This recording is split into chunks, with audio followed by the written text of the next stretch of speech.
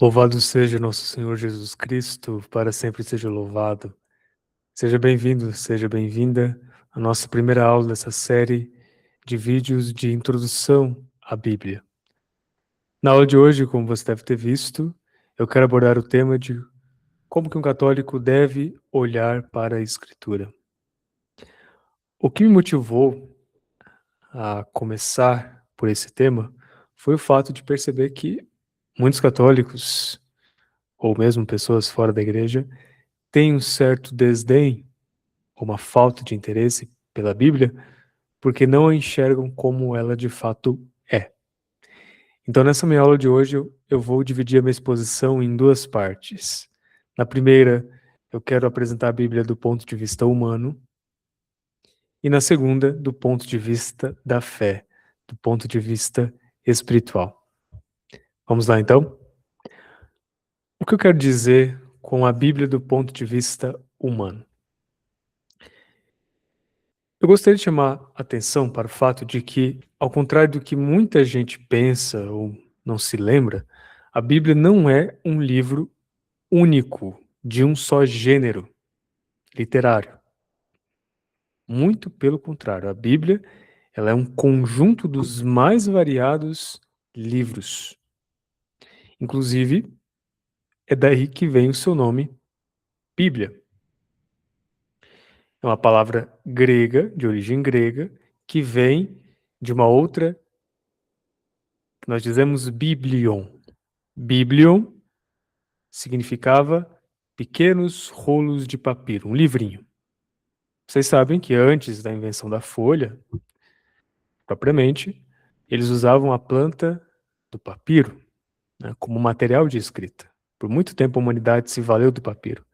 Inclusive, São Paulo escreveu as suas cartas no papiro, que não era de fato um material muito resistente. Por isso não temos hoje os manuscritos originais da Bíblia, né? Então, eles escreviam nesse material, no papiro, faziam pequenos rolos, então você tinha um livrinho. O conjunto desses livrinhos, ou seja, os livrinhos, propriamente, no plural, era o que eles chamavam de Bíblia. Vejam que o grego, assim como no latim, a terminação da palavra muda muita coisa. Então, Bíblia singular, Bíblia seria o plural de livrinho, ou seja, livrinhos ou livros, mais propriamente. E aí, quando eles foram fazer a tradução para o latim, então eles, em vez de traduzir para, por exemplo, libri, que significa livros no latim, eles mantiveram Bíblia, assim como no grego, e é por isso que até hoje nós dizemos Bíblia. Então vejam que interessante. Portanto, a Bíblia é esse conjunto de livros. É como se fosse uma biblioteca que está contida na própria Bíblia. E esse conjunto de livros que pertencem à Escritura, essa lista oficial de livros que pertencem à Bíblia, nós damos o nome de cânon. Nós chamamos de cânon, né? Essa palavra cânon, ela surge inclusive no final do século IV com Santo Atanásio. Aqui no slide dá a entender que é como se o cânon tivesse surgido com um santo. Não, tá errado. A palavra cânon sim aparece com ele, né? Inclusive a gente vai ter uma aula, eu vou tentar gravar uma aula explicando como é que se deu a origem do cânon, tanto do Antigo quanto do Novo Testamentos, tá? Mas isso mais para frente. Então, essa lista de livros que a igreja reconheceu como divinamente inspirados, nós chamamos de cânon, cânon das Escrituras. Agora, por que eu estou dizendo tudo isso já nessa primeira aula nossa de introdução à Sagrada Escritura? Porque se nós entendemos isso, nós já vamos mais preparados para esbarrar nos mais diversos gêneros, das mais diversas épocas que a Bíblia tem.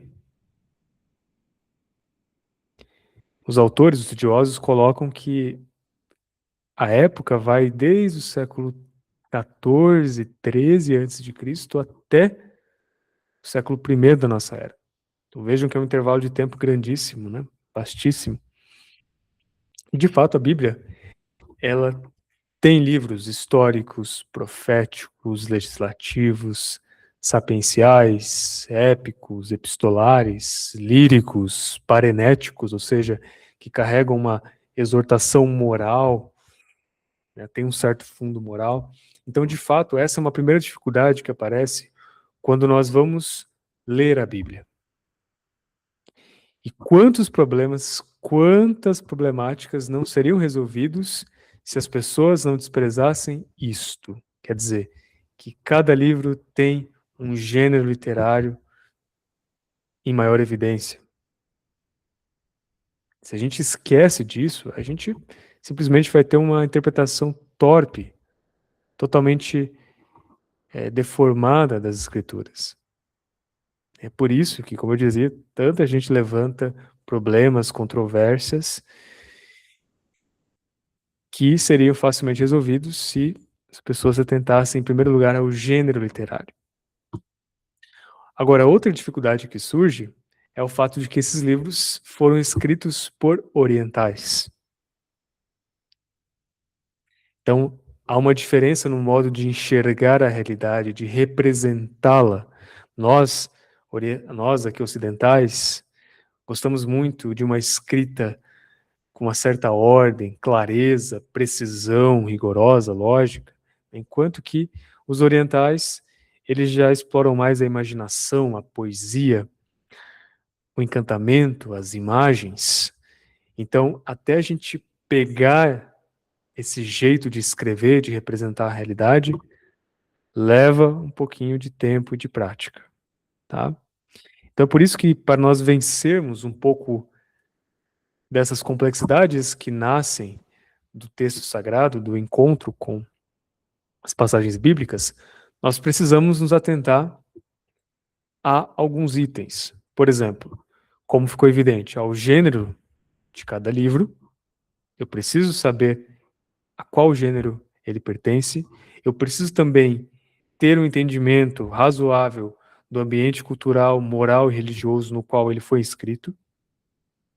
Eu preciso também ter uma noção dos sentidos dos textos sagrados, sentido literal, sentido espiritual.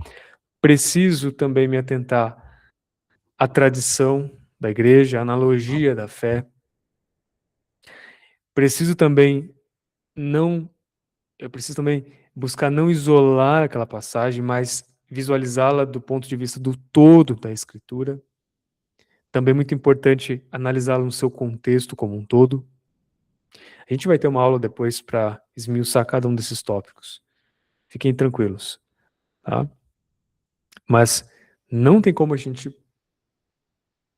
tentar ler a escritura, tentar interpretá-la, esquecendo-se desses itens. Não tem como. E por fim, e não menos importante, também vale nós buscarmos os comentários dos santos, desses homens e mulheres que realmente viveram a palavra de Deus, né? A encarnaram, deixaram-se moldar por ela através da leitura, da meditação assídua, da escuta. Então, é assim que nós devemos olhar para a Bíblia num primeiro momento, do ponto de vista humano. Obviamente que nós, enquanto católicos, enquanto crentes, não podemos parar por aí, e é por isso que, aqui já entrando na segunda parte dessa aula, eu quero trazer também a Bíblia do ponto de vista espiritual, aos olhos da fé. E para isso eu gostaria de começar com a famosíssima e fortíssima afirmação do grande São Jerônimo, importante santo. Quando falamos de Sagrada Escritura, talvez a gente terá uma aula para se aprofundar um pouco na importância de São Jerônimo aqui para os nossos estudos. Então ele dizia assim, que ignorar as Escrituras é ignorar a Cristo, ou a ignorância das Escrituras é a ignorância de Cristo. Num primeiro momento, talvez alguns possam achar essa frase esta afirmação um pouco exagerada, mas ela não é.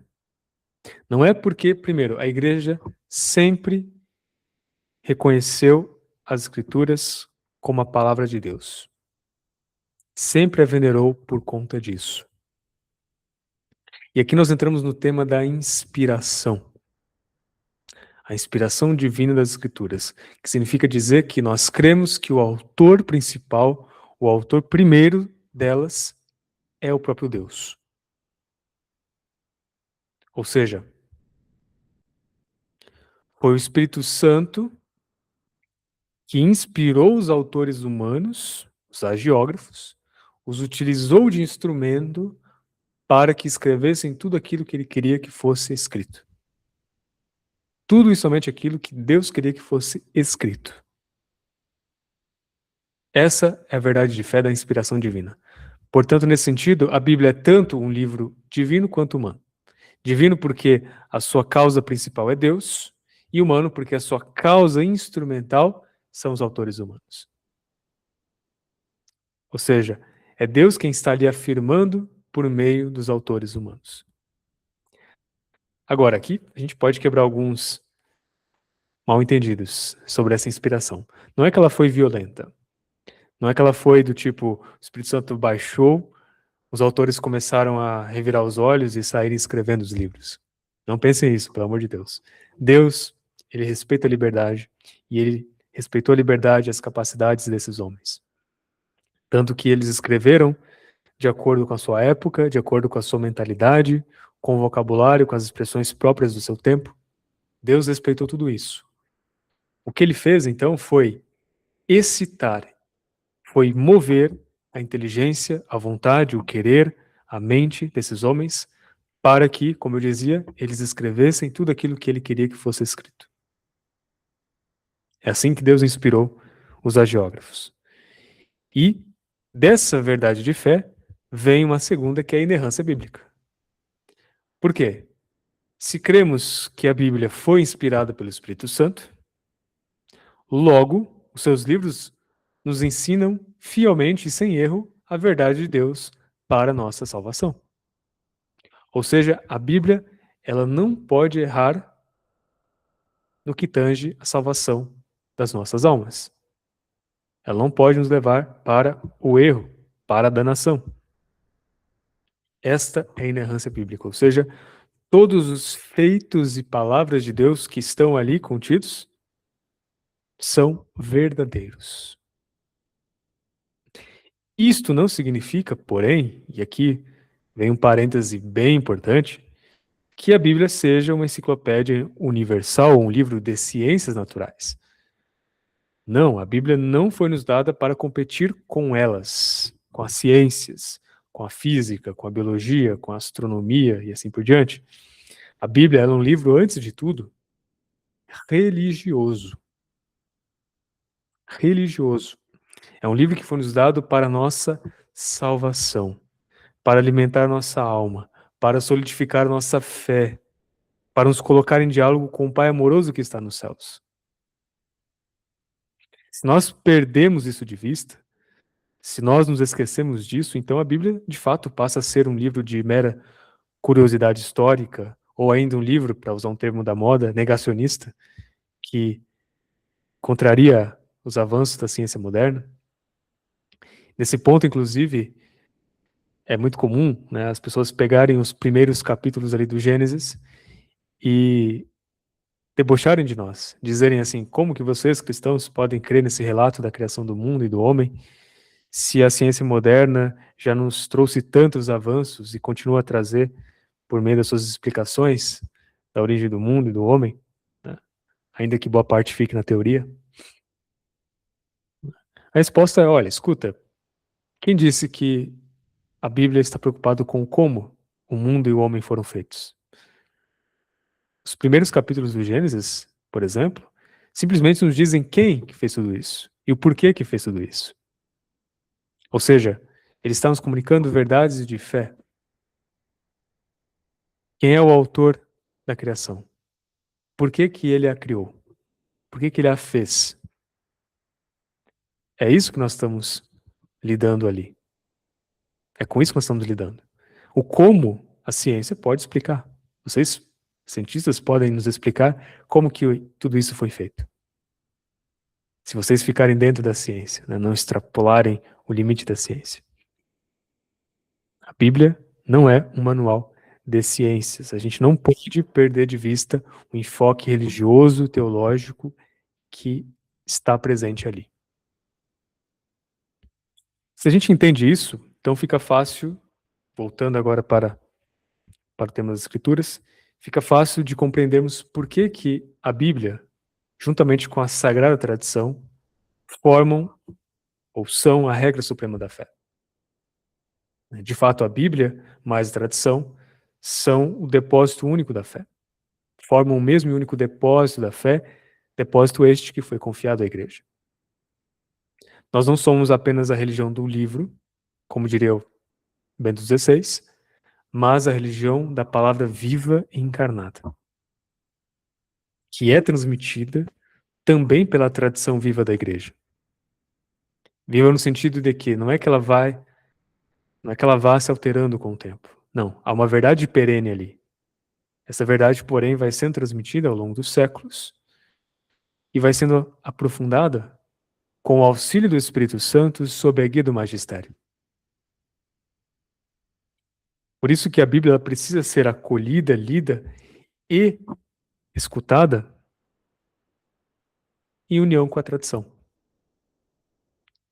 em união com a Sagrada Tradição. E eu digo mais, nós não conseguimos entender bem a Bíblia sem a fé da igreja. Porque a Bíblia é um livro da igreja. Como eu falava, eu vou tentar gravar uma aula sobre a formação do cânon e talvez isso fique ainda um pouco mais claro na cabeça de vocês. Mas, fora da comunhão da igreja, toda interpretação bíblica se torna um achismo, se torna um subjetivismo do tipo é o que eu penso, é o que eu acho, é o que eu sinto ser a interpretação correta. E isso é muito perigoso e é o que nós mais estamos vendo hoje por aí, dentro do cristianismo. Mas enfim, voltemos então à afirmação de São Jerônimo. Ignorar as Escrituras é ignorar a Cristo. Talvez agora ela já, nesse momento, comece a fazer um pouco mais de sentido na nossa cabeça. E de fato, há uma certa semelhança, uma certa analogia entre a Sagrada Escritura e o próprio Cristo. Por exemplo, a Bíblia é a palavra escrita de Deus. Cristo é a palavra eterna de Deus. Jesus foi concebido no ventre de Maria pelo poder do Espírito Santo.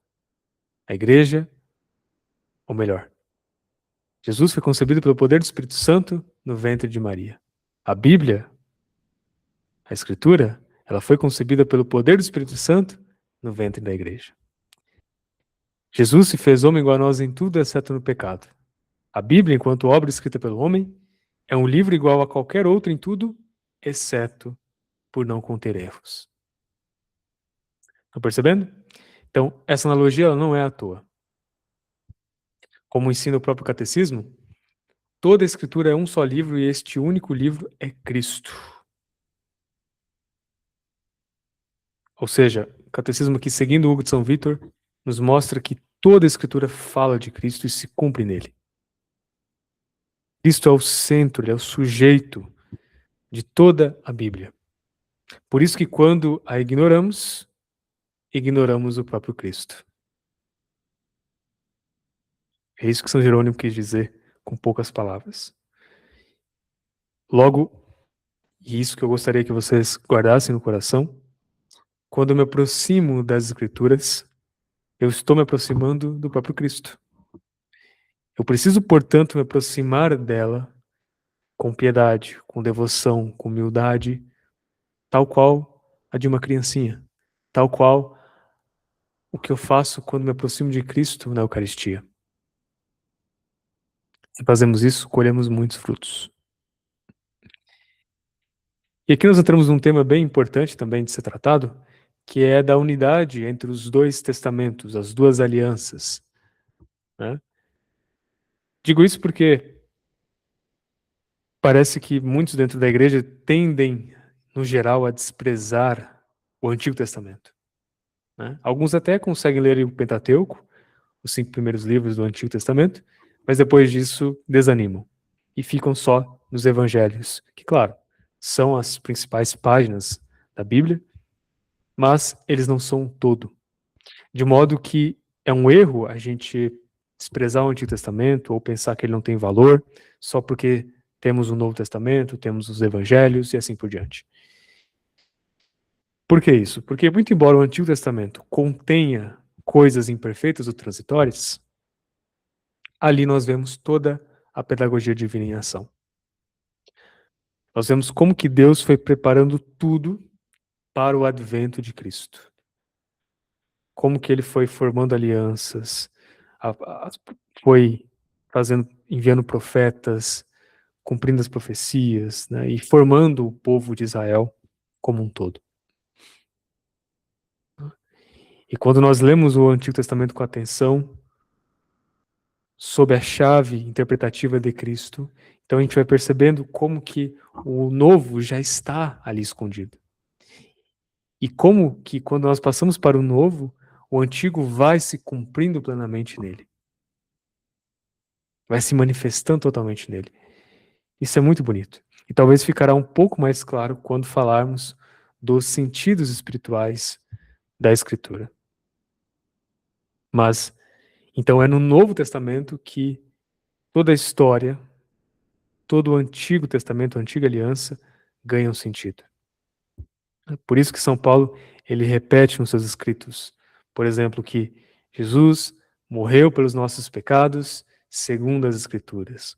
Ou ainda, que ele ressuscitou ao terceiro dia, segundo as Escrituras. Exatamente indicando que um testamento ilumina o outro, né? Eles se complementam, eles se iluminam mutuamente. E daí nós voltamos ao que o catecismo estava dizendo, portanto. Toda a escritura, de fato, ela aponta para Cristo e se cumpre nele. E aqui eu vou encerrando essa aula. Espero que tenha iluminado alguma coisa em você. Se sim, deixe seu like, inscreva-se no canal, ative as notificações para você não perder mais vídeos desta série e compartilhe com mais pessoas para que possam se aproximar devidamente da Sagrada Escritura. Louvado seja nosso Senhor Jesus Cristo, para sempre seja louvado.